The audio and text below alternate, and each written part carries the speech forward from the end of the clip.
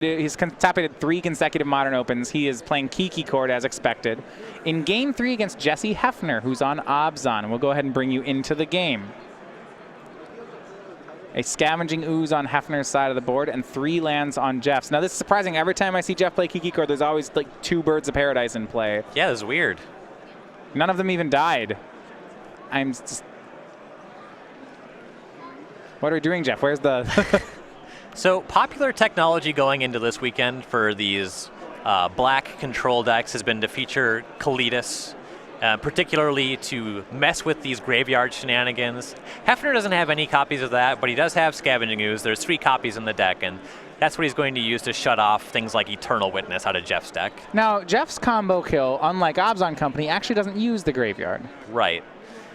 His turns leading up to his combo often do, but when he's actually going off, it's just on the battlefield. It's Restoration Angel and Kiki Jiki Mirror Breaker. So he plays Pia and Kiran Nalar on 4 mana. That's the first play of the game, and it looks like for Jeff. He's been let off the hook fairly easily for that being the case. Just a Tarmogoyf and a Scavenging Ooze on Jessy's board. Tarmogoyf's a 1-2 at the moment. For now. A discard. The Tarmo Squire. Squire Goyf. That's my preferred nomenclature. Yeah, it doesn't stay that way very long. A discard spell off the top for Hefner, or just something like a Lightning Bolt on Pia and Kieran, suddenly is a 3-4. That card's still good. It's pretty difficult to make Tarmogoyf bad, actually. You combo them. That's how you make it bad. What's a vanilla creature to a combo deck? I don't know. It's very good. Well, it's what kills you while they cast discard spells and counter spells. I'm much more scared of Scavenging Ooze. That card does things. Sometimes I'm comboing using the graveyard. Then I'm unhappy about that guy. Very true. Scavenging Ooze has been creeping up in modern playability. It's a great card. Not surprising to see 3 copies in Hefner's deck. We'll go over to Jesse's side. He'll play Maelstrom Pulse on the Pia and Kiran Nalar. That pumps Tarmogoyf up to a 3-4 by adding sorcery and creature to the graveyard. Hefner would really like to have a green source to skews away the Pia and Kiran right away. An Eternal Witness on the following turn could be quite bad for Hefner. If he swings both, Jeff can trade the Thopters with Scavenging Ooze. And it looks like Hefner's okay with that. He'll attack the team. Yeah, Jeff will make the double block. He takes 3, goes to 14. I'm not a fan on Hefner throwing that Scavenging Ooze into those Thopter tokens. Given that he's a little choked on mana, it seems like the concession is, I'm not going to be able to activate this Scavenging Ooze very much in addition to playing Magic, so that's his thought process there. And it could be his hand is too choked to actually play with the Ooze. Jeff, he's playing his own value game. Obstinate Baloth is the play. He'll go back up to 18 life. If there's a second Scavenging Ooze, that'd be great. The play will be Liliana of the Veil, forcing Jeff to discard a card. Liliana on the right side of the Obstinate Baloth exchange. Right. When you use Liliana to make both players discard a card, Obstinate Baloth just enters the battlefield for free. When it's the only creature you control, suddenly the -2 actually lines up just perfectly. Liliana wins the fight this time. So the Edict effect will take care of the Baloth. Tarmogoyf will swing back. Sorcery creature land for 3. Jeff will crack his fetch land to go back down to 14. But he's slowly creeping up toward combo territory. There is a Restoration Angel and Court of Calling in Jeff's hand, so he has the ability, given enough time, to get Kiki Jiki and Restoration Angel. Now, that's always tough to do against Obzon. They like to kill your things. Right. Jessy earlier used Maelstrom Pulse as his removal spell on Pia and Kieran. There could very well be an instant speed removal spell still lurking in hand. Jeff just played a land and passed the turn.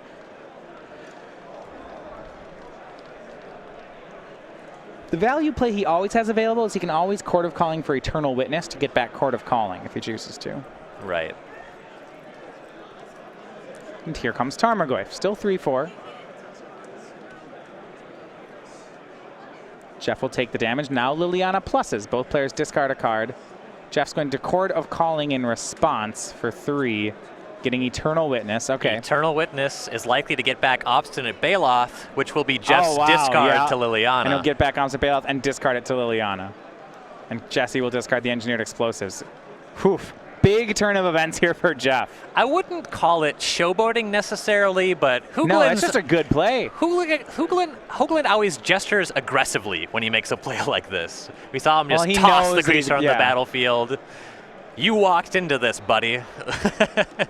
Especially when you pair that with the Restoration Angel in Jeff's hand. Restoration Angel can blink the Eternal Witness to get back Court of Calling to go get Kiki-Jiki. That's a huge turn of events for Hoogland. Yeah. Another Tarmogoyf for Hefner does not seem like enough.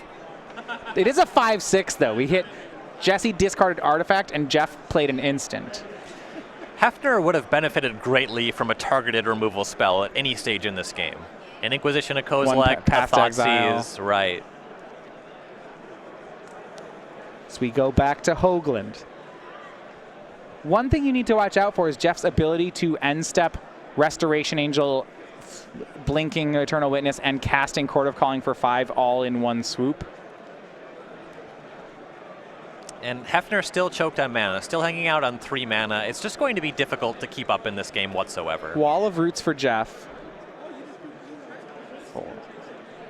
And Jeff also just has a land in his hand to discard. This Wall of Roots actually gives him 2 mana. He can, for the Court of Calling, he can convoke the creature and make a mana with the ability. He is still, if he gets to untap with those lands and all the creatures he has in play, he can Restoration Angel and Kiki-Jiki in the same turn, but cannot do it with the tapped lands. Yeah, and he's not under enough pressure to have to do that just yet. Yeah, he does have a lot of freedom here.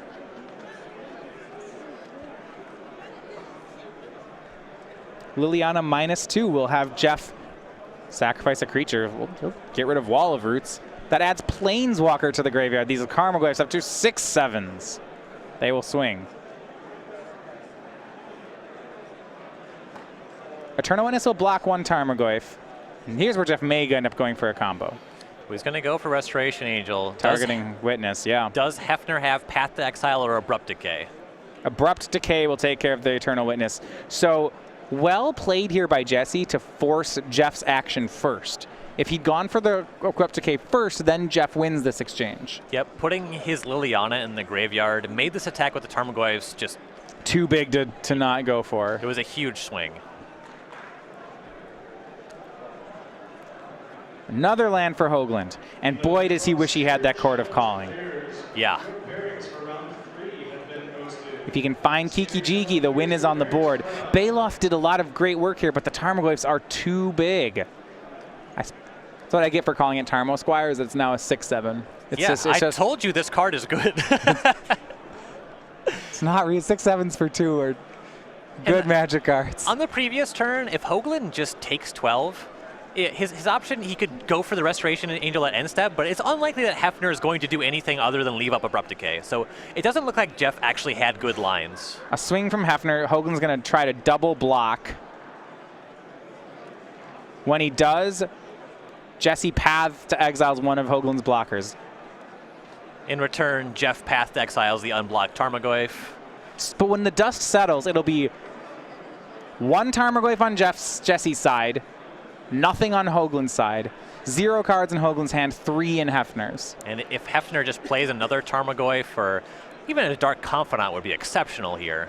If he draws Court of Calling, he may be able to Chord Witness, try to set up an interaction of Chording Witness, Chord to Resto, Chord to Kiki-Jiki. It's a long shot because 1 removal spell disrupts the whole thing, and Hefner is sitting on 3 cards. But right. 3 cards, and he's missed some land drops this game. Yeah, so they're spells. He's posturing like he's messing with his graveyard. I think we're looking at a Tassiger. Tassiger seems great. I'm going to leave the card types in my graveyard that you don't have. I have this artifact that's going to pump my Tarmogoyf. And then he'll play Nihil Spellbomb. And that actually stops the Court of Calling out for Hoogland. Right. Even though we don't have black mana to draw a card, we can always exile Hoagland's graveyard. Well, Hoagland's draw wasn't Court of Calling, it was Birds of Paradise. Hefner will path to exile it, attack with the team, and game and match over to Jessy, Hefner, and Obzon. That was a really well-navigated game by Jessy, I must say. He was pretty choked on mana. Yeah, he was on 3 for most of the game, while Hoogland was assembling Court of Callings and Restoration Angels and got to put a Baloth into play. There were a lot of real dangerous things going on that side.